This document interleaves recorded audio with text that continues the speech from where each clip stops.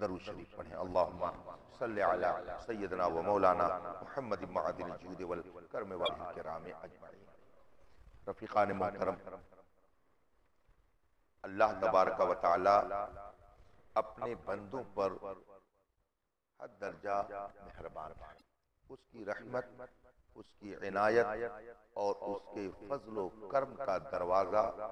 اتنا کشادہ ہے، اتنا کشادہ ہے کہ عقل انسانی کی رسائی تک نہیں ہو سکتی ہے۔ اللہ کو یہ معلوم ہے کہ میرے بندے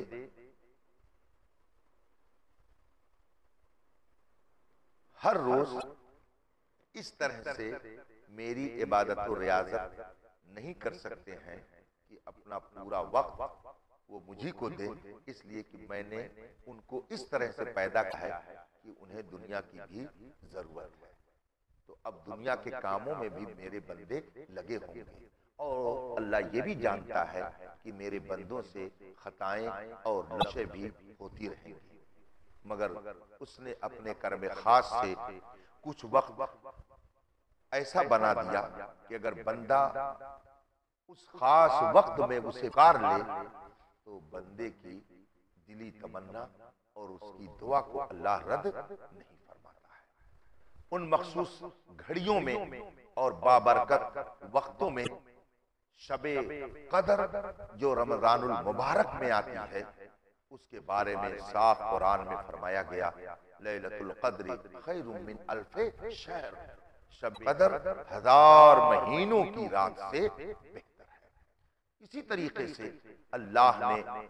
اپنے بندوں پر یہ کرم فرمایا کہ انہیں ایک شب برات عطا فرمائی کہ اگر میرے بندے اخلاص کے ساتھ میری بارگاہ میں رجوع کریں تو وہ جو مانگے میں ان کو عطا کر دوں گا، اور ان کے دامن برات کو میں بھر دوں گا۔ وہ مبارک رات کل آنے والی ہے۔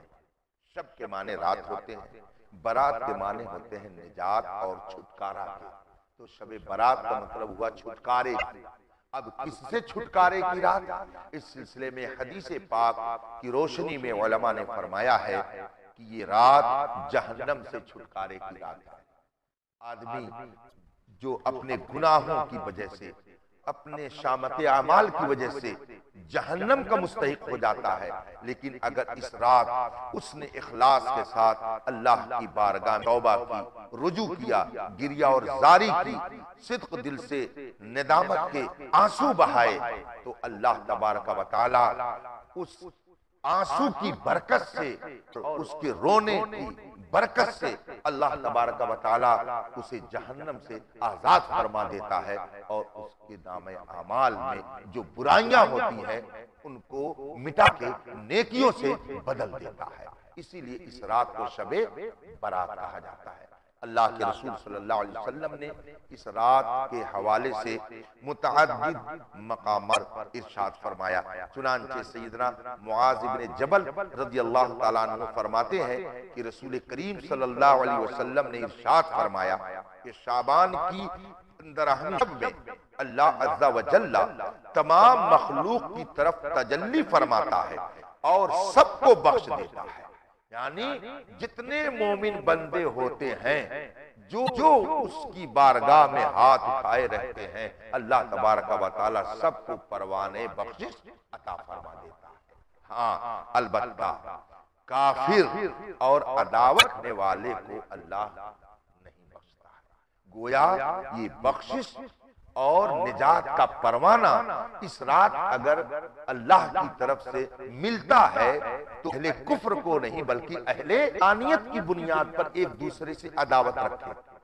اگر دین کی بنیاد پر عداوت ہے تو اس کا حکم الگ ہے، وہ تو شریعت پر عمل ہے۔ مثلا کوئی شخص بدکار ہے، اب آپ اس سے نفرت کر رہے ہیں تو یہ نفرت کرنا شریعت کا حکم ہے، لہذا ایسے نفرت کرنے والے کے لیے حکم نہیں ہے کہ اس کو نہیں بخشا جائے گا، بلکہ جو محض دنیاوی وجہ بلا وجہ شرعی کسی مومن سے عداوت رکھتا ہے، اللہ تبارک و تعالی اسے بھی اس رات بخشش کا پروانہ نہیں عطا فرماتا ہے۔ اسی لیے اعلیٰ حضرت رضی اللہ تبارک و تعالی عنہ کہ یہاں معمول تھا، خود اعلیٰ حضرت ایسا کرتے تھے کہ کہ شب برات سے پہلے پہلے جو احباب اور متعلقین ہوتے ان سے کہتے بھائیو شب برات آنے والی ہے، اللہ تبارک و تعالیٰ کی طرف سے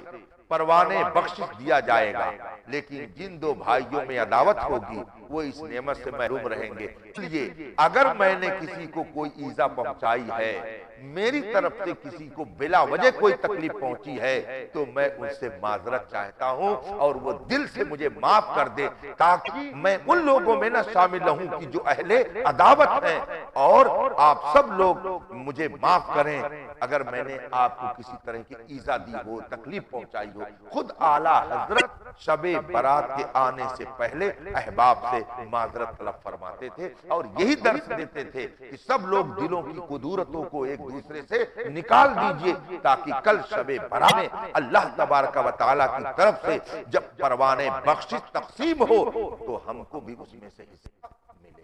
اللہ تبارک و تعالیٰ برات کی برکتوں سے ہم سب کو مالا مال فرمائے۔ حضور صلی اللہ علیہ وسلم نے ایک حدیث میں اور فرمایا کہ میرے پاس جبریل امین تشریف لائے اور کہا یہ شعبان کی 15ویں رات ہے، اس میں اللہ تعالیٰ جہنم سے اتنوں کو آزاد فرماتا ہے جتنے بنی کلب کے بکریوں کے بال ہیں۔ اس زمانے عرب کے اندر جو قبیلے تھے تو کوئی اونٹ بہت زیادہ پالتا تھا، کوئی دمبا پالتا تھا، کوئی بکریاں بہت پالتا تھا، تو اس طرح سے قبیلے مشہور تھے کہ فلاں خاندان بکریوں کو زیادہ پالتا ہے، فلاں خاندان اونٹوں کو زیادہ پالتا ہے۔ تو ایک قبیلہ تھا جس کا نام تھا بنی کلب، تو بنی کلب عرب میں بکریاں پالنے میں بہت مشہور تھے۔ تو حضرت جبریل علیہ السلام نے فرمایا رسول پاک سے صلی اللہ علیہ وسلم کہ یہ شب برات ہے، آج کی رات اللہ تبارک و تعالی اتنے لوگوں کو جہنم سے نجات دیتا ہے جتنی بنی کلب کی بکریوں کے بال ہیں۔ یعنی اب بال کو آدمی گن نہیں سکتا ہے، مطلب یہ ہے کہ بے شمار انسانوں کو اللہ تبارک و تعالی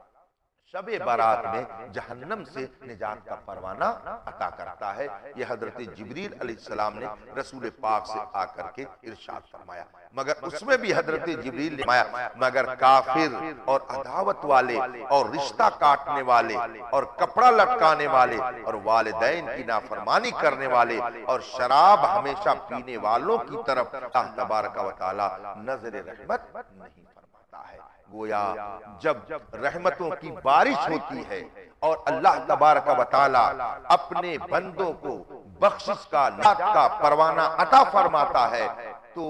ایسی بابرکت گھڑی میں بھی کچھ انسان ایسے ہوتے ہیں جو اس نعمت سے محروم رہتے ہیں۔ اب وہ کون لوگ ہیں؟ ان کے میں فرمایا گیا جو کافر ہو، عداوت رکھتا ہو، رشتہ کاٹنے کا کام کرتا ہو، والدین کی نافرمانی کرتا ہو، شرابی ہو کہ وہ مسلسل شراب نوشی میں لگا رہتا ہو، تو اللہ تبارک و تعالی ان کی طرف نظر رحمت نہیں فرماتا ہے۔ اللہ تبارک و تعالی کل آنے والی رات کی برکتوں سے ہم سب کو مالا مال فرمائے۔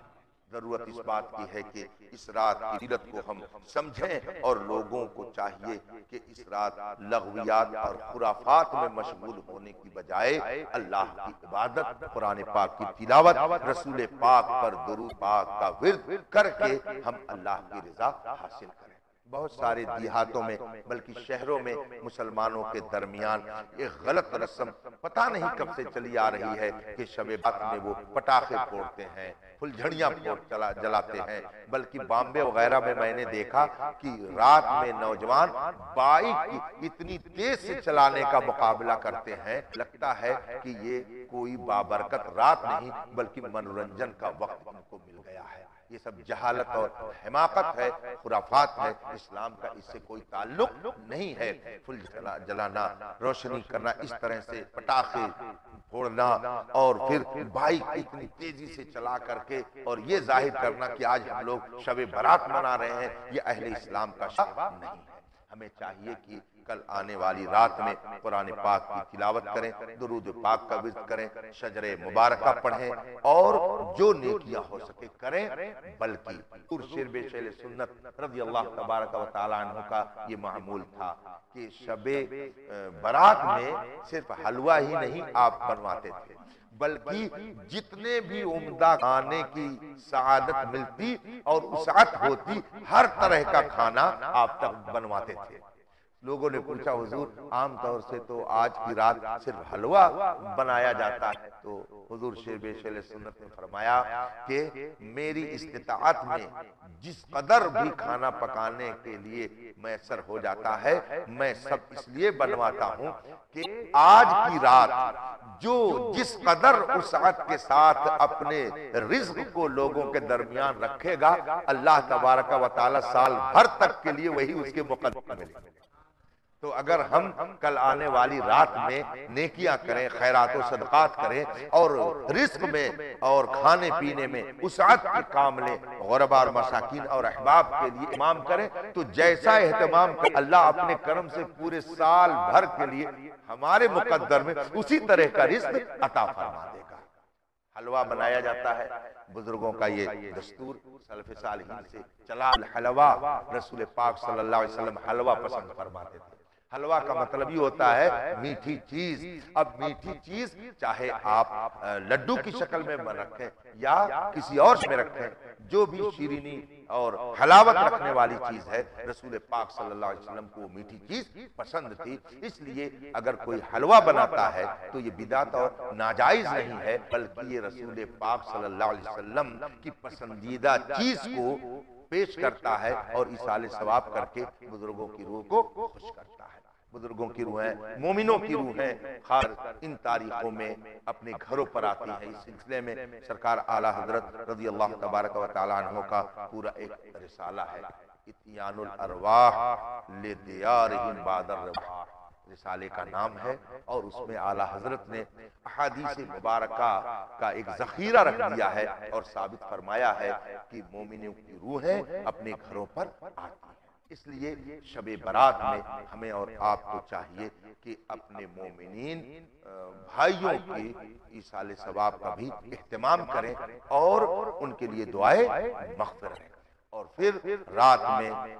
اللہ تبارک و تعالیٰ کی بارگاہ میں رو رو کر کے اپنے گناہوں کی معافی مانگیں، بالخصوص ملکی حالات کو صحیح ہونے کے لیے بھی اللہ کی بارگاہ میں خوب خوب دعائیں کی جائیں، تاکہ دعاؤں کی برکت سے اللہ ظلم کا خاتمہ فرمائے اور ہمیں اور آپ کو تمام بیماریوں سے بالخصوص کورونا جیسی وبا سے محفوظ و معمون فرمائے۔ وآخر دعوانا ان الحمدللہ رب العالمین۔ السلام علیکم۔